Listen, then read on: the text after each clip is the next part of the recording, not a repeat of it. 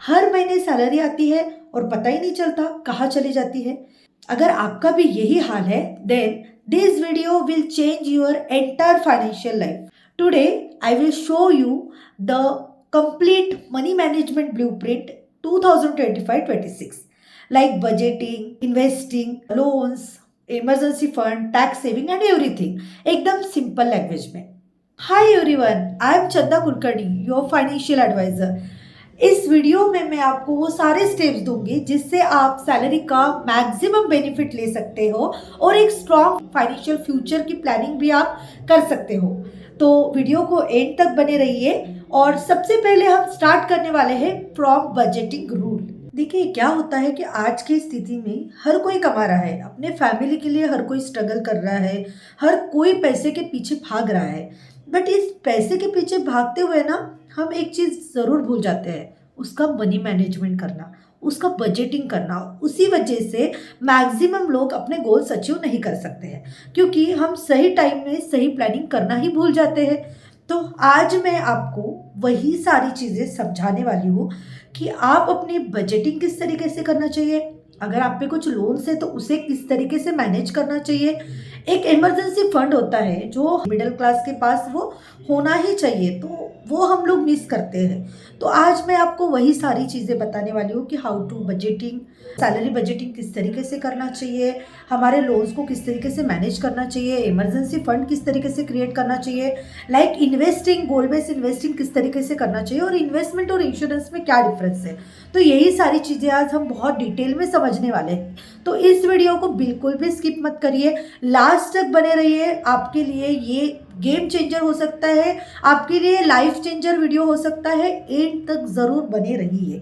अभी तक अगर आपने मुझे फॉलो नहीं किया है इंस्टाग्राम पे, फेसबुक पे, और अगर आपने मुझे अभी तक के यूट्यूब पे सब्सक्राइब नहीं किया है तो प्लीज़ मुझे सब्सक्राइब कर दीजिए। और अगर आपको ये वीडियो पसंद आता है, लास्ट तक वीडियो में बने रहिए और लास्ट में इस वीडियो को आपके 5 दोस्तों को ज़रूर शेयर कीजिए जिनका फाइनेंशियल लाइफ आप बहुत अच्छा चाहते हो, देखना चाहते हो कि वो भी आपके जैसा एक बैलेंस्ड लाइफ जी सके, फाइनेंशियल प्लानिंग में अपना सक्सेस ले सके। तो ये वीडियो उन्हें शेयर करना बिल्कुल भी ना भूलें। तो चलिए हम चलते हैं अपने टॉपिक के तरफ। तो हमारा सबसे पहला और इम्पोर्टेंट टॉपिक है दोस्तों, सैलरी तो आ जाती है बट ऐसी आती है और चली जाती है, पता ही नहीं चलता कैसे चली जाती है। तो आज हम उसी टॉपिक पे बात करने वाले हैं कि सैलरी को हमें किस तरीके से मैनेज करना है ताकि थोड़ा पैसा हमें दिखना स्टार्ट हो। बहुत बार यही इशू होता है कि लोग बोलते हैं सैलरी आती है बट पैसा दिखता ही नहीं है, लक्ष्मी टिकती ही नहीं है। देखिए दोस्तों, लक्ष्मी तो चंचल है, वो तो टिकने वाली है नहीं। बट उसे टिकाने के टेक्निक्स अगर आपको हमारे जैसे फाइनेंशियल एडवाइजर ने बता दिए तो आप उसे ज़रूर टिका पाएंगे, है ना। तो हमें वही करना है जो आपकी फाइनेंशियल एडवाइजर अब आपको बता रही है।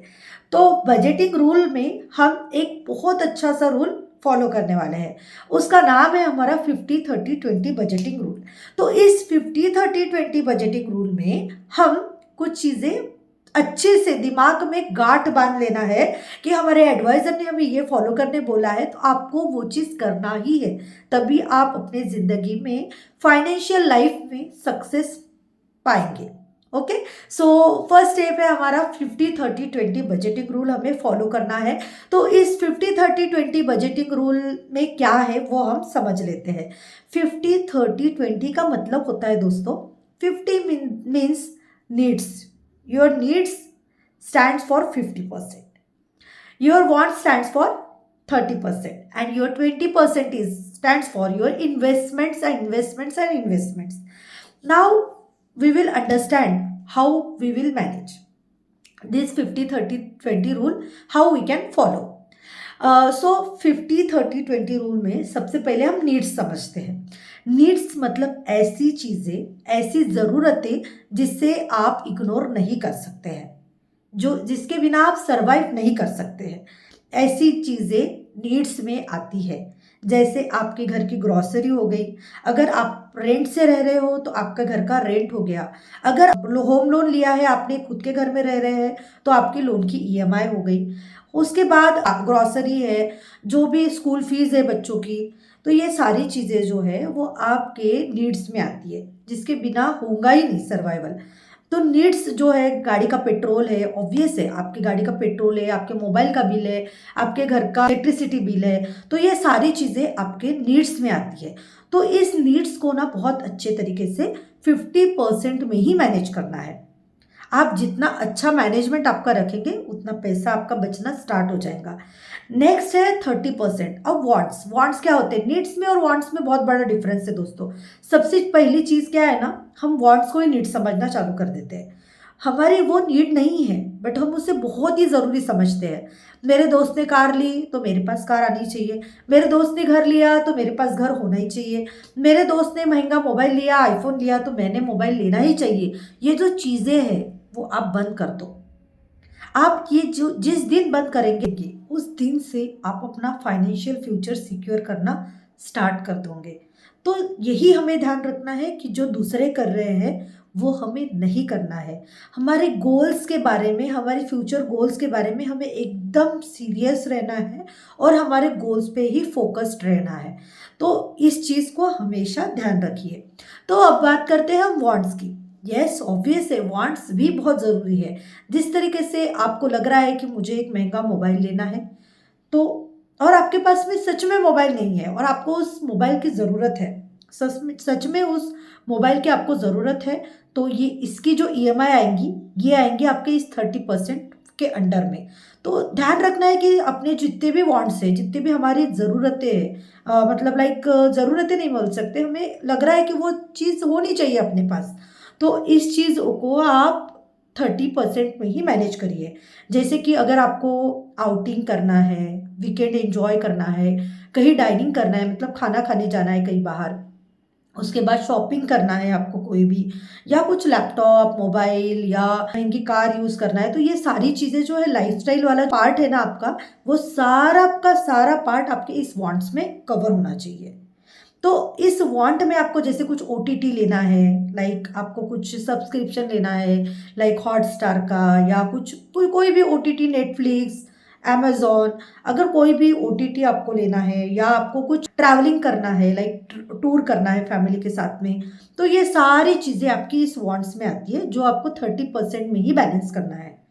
उसके बाहर आपको जाना ही नहीं है। 30% के अलावा इसमें ज़्यादा खर्चा होना नहीं चाहिए। अगर आपके कोई पर्सनल लोन, बिजनेस लोन्स अगर शुरू है, ऑलरेडी आपके कुछ लोन चल रहे हैं, तो वो सारे लोन्स भी इसी के अंडर आते हैं, बिकॉज वो आपने कोई पर्सनल यूज़ के लिए लिया है, तो वो भी आपका वांट्स में ही आएगा। तो वांट्स में आपको 30% में ही बैलेंस करना है, 50% आपकी नीड्स मैनेज करना है, और बचा हुआ जो 20% है वो बहुत इंपॉर्टेंट है। ये ही आपकी ज़िंदगी में लाइफ चेंजर रहने वाला है। आपको ये चीज़ बहुत ज़रूरी है, जिसके तरफ हम हर कोई ध्यान नहीं देता है। जनरली हम क्या करते हैं, हमारा इनकम आता है, जैसे ही इनकम आता है हम सबसे पहले खर्चा करना स्टार्ट कर देते हैं। आज सैलरी आते बराबर ही हम बांटना चालू कर देते हैं। पीएल का लो ईएमआई चला गया, इसका ईएमआई चला गया, उसका ईएमआई चला गया, हाउस का रेंट चला गया, ये चला गया, वो चला गया, ग्रॉसरी लेके आ गए, सब कुछ कर लेते हैं हम लोग। पूरा खर्चे की लिस्ट सैलरी आने के पहले ही तैयार रहती है हमारे पास। तो इसी वजह से ये जो मैनेजमेंट नहीं हो पा रहा है, एक स्टेबल माइंडसेट से हम उसके बारे में सोच नहीं पा रहे हैं, उसी वजह से हम कुछ भी नहीं बचा पा रहे। तो सबसे पहले क्या है कि गुजराती, मारवाड़ी या जो भी रिच फैमिलीज होते हैं ना, जो पैसे वाले लोग होते हैं ना, वो क्या करते हैं आपको पता है? सबसे पहले इनकम आते बराबर से इन्वेस्टमेंट करते हैं और फिर बाद में बचे हुए पैसे में खर्चा करते हैं। और हम क्या करते हैं पता है? हम क्या करते हैं, जैसे ही सैलरी आती है खर्चे की पूरी लिस्ट लगी रहती है, सैलरी से ज़्यादा खर्चे लगे रहते हैं, ऑलरेडी लिस्टेड रहते हैं हमारे सारे। सैलरी आने वाली 50,000 और खर्चे हमारे ऑलरेडी लिस्टेड रहते हैं 60,000 के। तो यही हमारा गलत हो रहा है। तो हमें क्या करना है, सैलरी आते बराबर पहले खर्चे करके बचा तो बचाएंगे, नहीं तो नहीं बचाएंगे, ये वाला एटीट्यूड छोड़ देना है। सैलरी आते ही बराबर हमें 20% इन्वेस्टमेंट करना है, ताकि हम हमारा फ्यूचर भी सिक्योर कर पाए।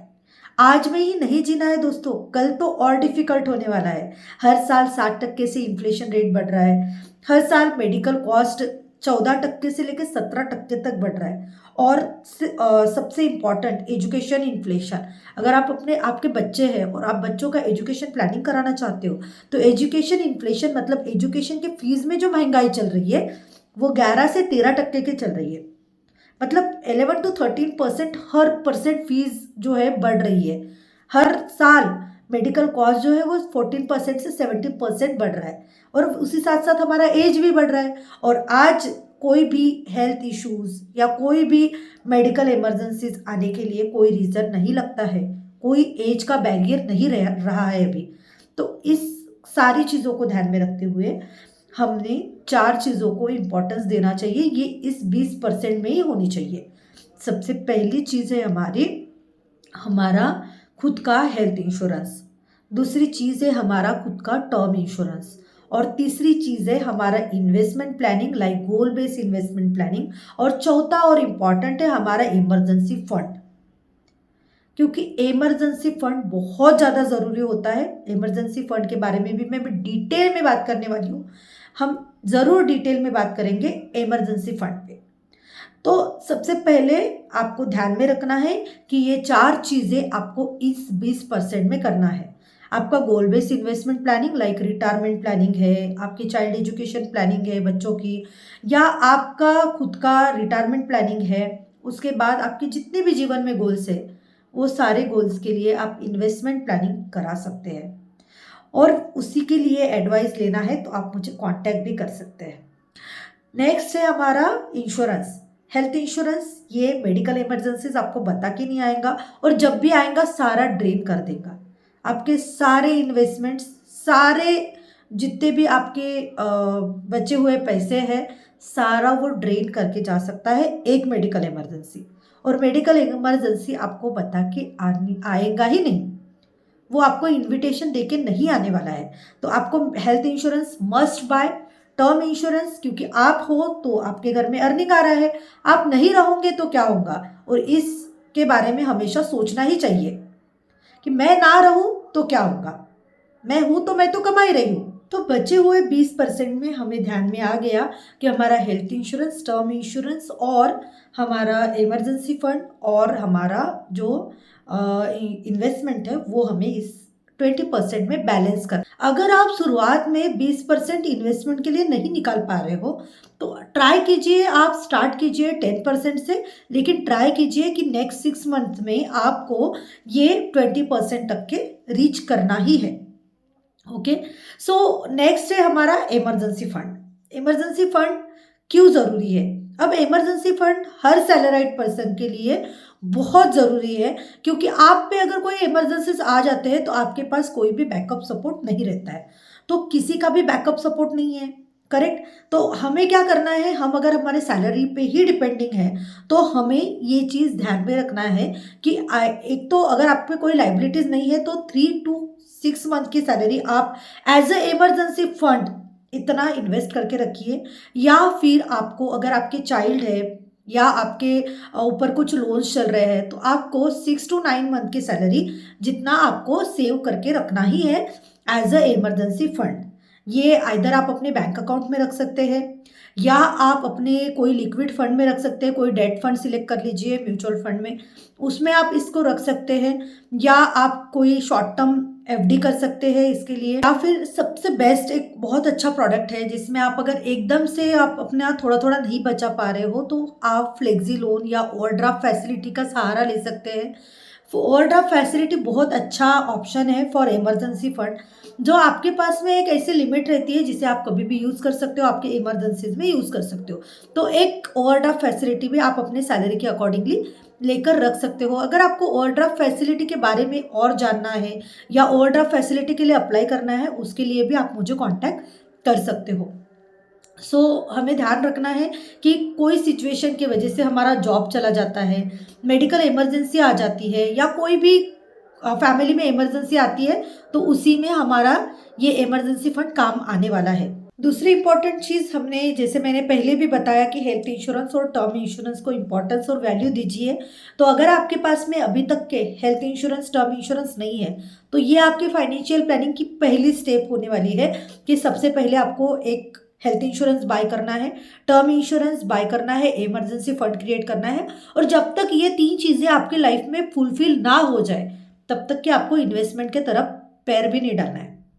आप थोड़ा इन्वेस्टमेंट लेट स्टार्ट करेंगे, यस ऑब्वियस है, अर्ली स्टार्ट करने के बहुत सारे फायदे हैं। बट अगर आप प्रोटेक्शन और इमरजेंसी फंड क्रिएट नहीं कर पा रहे हो, आपने प्रोटेक्शन प्रॉपर नहीं करके रखा है, आपने इमरजेंसी फंड नहीं लेके रखा है, तो आपका ये इन्वेस्टमेंट बहुत जल्दी ज़ीरो होने वाला है, आपका ये इन्वेस्टमेंट स्पॉइल होने वाला है।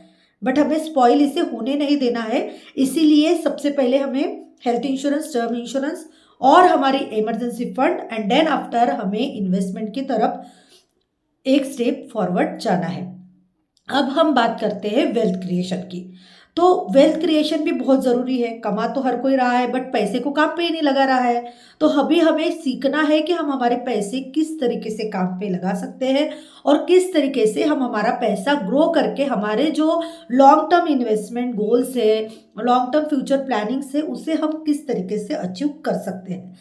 तो एक ध्यान में रखना है, जनरली आज तक हमें जो सिखाया गया है इंश्योरेंस और इन्वेस्टमेंट, इंश्योरेंस प्लान मतलब इन्वेस्टमेंट कभी भी नहीं होता। इंश्योरेंस प्लानिंग में आपको सिर्फ 2 ही प्लान जरूरी है, हेल्थ इंश्योरेंस और टर्म इंश्योरेंस। बाकी whole life policies, retirement planning policies, कोई भी पॉलिसी आपके लिए बिल्कुल ही ज़रूरी नहीं है, या कोई बच्चे का एजुकेशन इस प्लानिंग में से नहीं हो सकता। कोई भी इंश्योरेंस पॉलिसी में से आपके बच्चों का एजुकेशन नहीं होने वाला है, कोई भी इंश्योरेंस प्लानिंग में आपका रिटायरमेंट प्लानिंग नहीं होने वाला है। आज अगर आप 25,000 रुपये कमा रहे हो और कल जाके आपको 20 साल के बाद, 25 साल के बाद 25,000 रुपये सालाना मिलने वाले हैं, उसमें आपका प्लानिंग नहीं हो सकता है। इन्फ्लेशन कहा जा रहा है, महंगाई कहा जा रही है, आज 25,000 में खर्चे हो रहे हैं, कल को जाके 1.5 लाख, 2 लाख, 3 लाख, 5 लाख लगने वाले हैं। आज बच्चों का एजुकेशन 10 लाख में हो रहा है और हम प्लानिंग कर रहे हैं 10 लाख की। तो आज ही हमारे बच्चों का 10 लाख में एजुकेशन नहीं हो रहा है तो आगे कैसे होगा। तो इन्फ्लेशन बहुत ज़रूरी चीज़ है, आपको वो चीज़ को समझना होगा और एज पर इन्फ्लेशन ही अपनी प्लानिंग को आगे बढ़ाना होगा। तो कोई इंश्योरेंस पॉलिसी आपके बच्चों को पढ़ा नहीं पाएगी, ये ध्यान में रखना है। और बच्चों के एजुकेशन प्लानिंग हो, रिटायरमेंट प्लानिंग हो, ट्रिप प्लानिंग हो, कोई भी चीज़ हो, कोई भी फ्यूचर प्लानिंग है, फाइनेंशियल प्लानिंग में आपका कोई भी गोल है, तो वो सिर्फ और सिर्फ आप SIP या इक्विटी म्यूचुअल फंड इन्वेस्टमेंट से ही कर सकते हो। तो इस चीज़ को अपने दिमाग में अगेन गांठ बांध लीजिए कि इक्विटी ही आपके लाइफ में गेम चेंजर हो सकता है। मार्केट डाउन रहे, अप रहे, अगर आप लॉन्ग टर्म इन्वेस्टेड रहे तो आपको SIP में बहुत सारे फायदे मिल सकते हैं।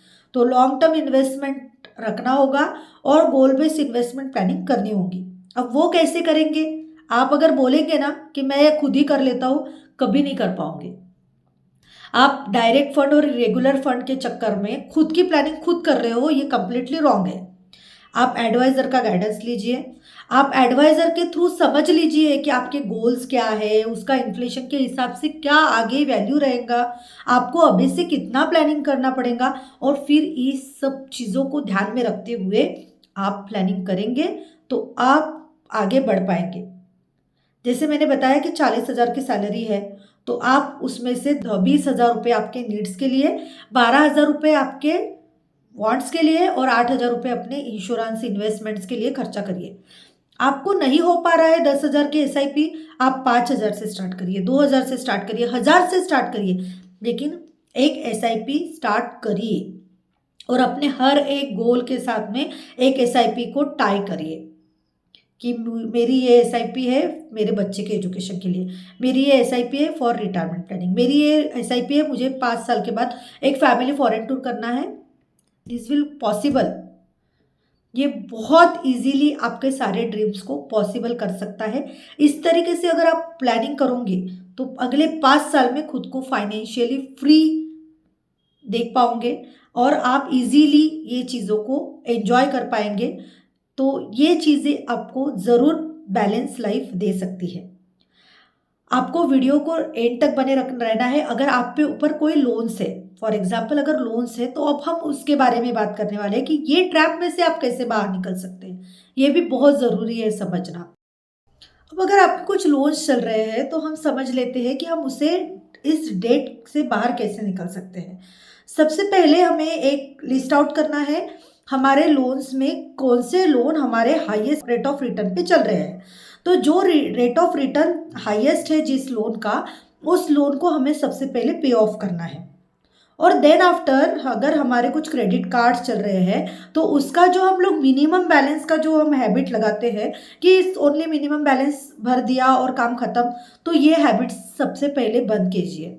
तो मिनिमम बैलेंस, अगर आप ओनली मिनिमम बैलेंस पे कर रहे हैं तो आपको एक बहुत बड़ा इंटरेस्ट भी तो पे करना पड़ रहा है। तो आप मैक्सिमम ट्राई करिए कि आप मैक्सिमम अमाउंट पे करना उसमें स्टार्ट कर दीजिए। और जैसे ही आपके जितने भी लोन्स है, हायर रेट ऑफ इंटरेस्ट वाले लोन्स को सबसे पहले पे ऑफ करना स्टार्ट कर दीजिए। उसके बाद अगर आपको कुछ बोनस या कुछ इंसेंटिव अगर मिल रहा है तो आप हमेशा ध्यान में रखिए कि 50% ऑफ योर बोनस या आपके लोन लाइबिलिटीज़ को कवर कर लीजिए, एक्स्ट्रा रिपेमेंट उसमें कर दीजिए, और जो 50% बोनस है उसको आप हमेशा इन्वेस्टमेंट में ऐड कर दीजिए। तो एक्स्ट्रा एडिशनल इन्वेस्टमेंट हो जाएंगे बोनस में से, तो इन्वेस्टमेंट भी हो रहे हैं और थोड़े लोन भी पे ऑफ हो रहे हैं। तो इस तरीके से अगर आप करते हैं तो आप बहुत अच्छे से प्लानिंग कर पाएंगे और इस डेट से आप बहुत जल्दी बाहर निकल पाएंगे। लास्ट बट बहुत इंपॉर्टेंट पॉइंट है टैक्स सेविंग। सैलराइड पर्सन जो होते हैं ना, वो हमेशा ईयर एंड में टैक्स प्लानिंग करते हैं, लाइक टैक्स के रिसिप्ट बनाना चालू करते हैं, और उसमें उस चक्कर में वो कोई भी गलत प्लानिंग कर देते। किसी एडवाइजर ने बोल दिया, कोई इंश्योरेंस पॉलिसी ले लेते, सेविंग प्लान ले लेते। तो इस तरीके से प्लानिंग ना करते हुए हमने हमेशा हमारी टैक्स सेविंग प्लानिंग अप्रैल महीने से ही स्टार्ट करनी चाहिए। ईयर एंड में लास्ट मोमेंट पे आप अगर टैक्स प्लानिंग करने जाएंगे तो हमेशा गलत प्लानिंग ही करेंगे। तो आपको हमेशा याद रखना है कि अप्रैल से ही आप अपना थोड़ा थोड़ा प्लानिंग स्टार्ट कर दीजिए। लाइक एनपीएस थोड़ा बहुत कर लीजिए, क्योंकि एनपीएस आपको टैक्स फ्री इन्वेस्टमेंट होता है। तो अगर रिटायरमेंट प्लानिंग के लिए कर रहे हैं तो आप टैक्स प्लानिंग में एनपीएस कर लीजिए। उसके बाद आप इंश्योरेंस में हेल्थ इंश्योरेंस, टर्म इंश्योरेंस कर लीजिए। पीपीएफ है बहुत अच्छा ऑप्शन। देन आफ्टर आपको एसआईपीज में ईएलएसएस सकते हो, ईएलएसएस स्कीम्स में आप इन्वेस्टमेंट कर सकते हो, ये भी बहुत अच्छा ऑप्शन है। तो ईएलएसएस टैक्स सेविंग फंड में आप इन्वेस्टमेंट कर लीजिए। तो इस तरीके से आप बहुत सारा टैक्स बचा सकते हैं। तो आप टैक्स सेविंग भी बहुत ज़रूरी है, और टैक्स सेविंग में अगर आपको बहुत ज़्यादा गाइडेंस और चाहिए तो आप हमें उसके लिए भी संपर्क कर सकते हैं। आप मुझे ओवरऑल फाइनेंशियल प्लानिंग के लिए आप मुझे कांटेक्ट कर सकते हैं। मैं एक फाइनेंशियल एडवाइज़र हूँ, पिछले 13 साल से मैं इस इंडस्ट्री में सर्व कर रही हूँ। आप भी इस चीज़ का एक्सपीरियंस ले सकते हैं। ऑल ओवर इंडिया में वर्क कर रही हूँ। मेरे क्लाइंट मुंबई, पुणे, गोवा से लेके हर जगह पे है। तो आप मुझे ज़रूर कांटेक्ट करिए और आप अपना भी प्लानिंग मेरे साथ ज़रूर करवा लीजिए। लास्ट में एक बहुत इंपॉर्टेंट टिप दे रही हूँ, एक थोड़ा समराइज कर लेते हैं पूरा वीडियो जो हमने अभी तक के सुना है, उस वीडियो को मैं समराइज कर रही हूँ। तो जो भी आपके एक्सपेंसेस है उसे ट्रैक करना चालू कीजिए। एक तो कोई ऐप पे या नोटपैड में आप इसको ट्रैक कर सकते हो। उसे हमेशा लिख कर रखिए और मंथ एंड में आप उसे ट्रैक करिए कि हम किस तरीके से गलतियां कर रहे हैं। जब आप इसको लिख के रखेंगे तो आपको समझ में आएगा कि ये तो ज़रूरी था ही नहीं, लेकिन हमने कर लिया, तो वो गलती आप नेक्स्ट मंथ में नहीं करेंगे। आपके एसआईपीस को टाइम टू टाइम रिव्यू करिए। आपके बिल्स जो जितने भी है आप टाइमली पे कीजिए, ताकि उस पर कोई भी इंटरेस्ट आपको पे ना करना पड़े। उसके बाद आपको हमेशा ध्यान में रखना है कि एसआईपीस की डेट कौन सी है। अगर आप एसआईपीस डेट मिस करते हैं तो आपको बहुत बड़ा बाउंसिंग चार्ज भी लगता है, तो उसे भी हमें अवॉइड। हमें हमेशा ध्यान में रखना है कि इम्पल्स शॉपिंग, मतलब कभी भी दिमाग में आया और हमने शॉपिंग कर ली, वो शॉपिंग हमेशा इग्नोर करना है हमें। ये चीज़ हमेशा ध्यान रखिए। और जैसे मैंने बताया आपको 20% आपके इन्वेस्टमेंट्स के लिए निकालना है, तो हमेशा ये चीज़ ध्यान में रखिए कि अपना इन्वेस्टमेंट पे बहुत ज़्यादा फोकस करिए। और दूसरी बात, इमरजेंसी फंड मेंटेन करिए। 3 to 6 मंथ और 6 to 9 मंथ सैलरी आपको मेंटेन करके रखना है इमरजेंसी फंड को। और सबसे इम्पॉर्टेंट, आपके अगर कुछ लोन्स चल रहे हैं तो एक ईएमआई एटलीस्ट आपके पास में बफर में सेव करके रखिए, ताकि आपको ईएमआई बाउंस ना हो कोई इमरजेंसीज में। और कोविड वगैरह जैसी सिचुएशन आ गई तो आपको कोई भी सिचुएशंस का सामना ना करना पड़े। तो ये सब चीज़ों को ध्यान में रखना है और इन चीज़ों को फॉलो भी करना है। एक ध्यान में रखिए दोस्तों, सैलरी कमाना इजी है बट उस सैलरी को मैनेज करना बहुत डिफिकल्ट है। तो इस तरीके से अगर आप सैलरी को मैनेज करना सीख जाएंगे तो अगले 5 साल में ही आपका फाइनेंशियल स्ट्रेस एकदम ज़ीरो होगा और आप एक फाइनेंशियल फ्री लाइफ जी पाएंगे। अगर आपको मेरा ये वीडियो बहुत यूज़फुल लग रहा है और आपको कुछ इसमें से सीखने मिला है और आपको ये वीडियो पसंद आया तो एक लाइक, एक कमेंट और एक शेयर, जैसे मैंने आपको बताया, आपके 5 अच्छे दोस्तों को, बहन भाई या दोस्तों में से किसी को भी 5 लोगों को आप ये वीडियो ज़रूर शेयर कीजिए। और आपने वीडियो देखा उसके लिए thank you so much. Video को लाइक, कमेंट, शेयर करना ना भूलें और मुझे अगर अभी तक के सब्सक्राइब नहीं किया है तो प्लीज़ सब्सक्राइब कर लीजिए। इंस्टाग्राम की जो आईडी है चंदा कुलकर्णी फाइनेंशियल एडवाइजर नाम से मेरी आईडी है इंस्टाग्राम की, जिसमें छोटे छोटे रील्स के थ्रू भी आपको बहुत अच्छे टिप्स मिलने वाले हैं। तो अगर आपने मेरा अभी तक के इंस्टाग्राम नहीं फॉलो किया है तो ज़रूर फॉलो कर लीजिए। मेरा जो फेसबुक आईडी है वो चंदा कुलकर्णी नाम से है और इंस्टाग्राम की जो आईडी है वो चंदा कुलकर्णी _ फाइनेंशियल एडवाइजर है। ADVISR है एडवाइजर में, तो ये चीज़ को ध्यान में रखिए। और Chanda Kulkarni financial advisor Instagram ID, Facebook ID Chanda Kulkarni और यूट्यूब आईडी आपके सामने है चंदा कुलकर्णी नाम से। ज़रूर मुझे फॉलो, सब्सक्राइब करिए और दूसरों को भी मेरा जो प्रोफाइल है अगर आपको अच्छा लगता है तो ज़रूर शेयर कीजिए। आपको कोई भी फाइनेंशियल गाइडेंस की ज़रूरत है, आपको कोई भी फाइनेंशियल प्लानिंग में मेरी हेल्प चाहिए तो दिए गए नंबर पे आप मुझे संपर्क करिए, मैं आपके लिए ज़रूर उपलब्ध हूँ। Thank you so much.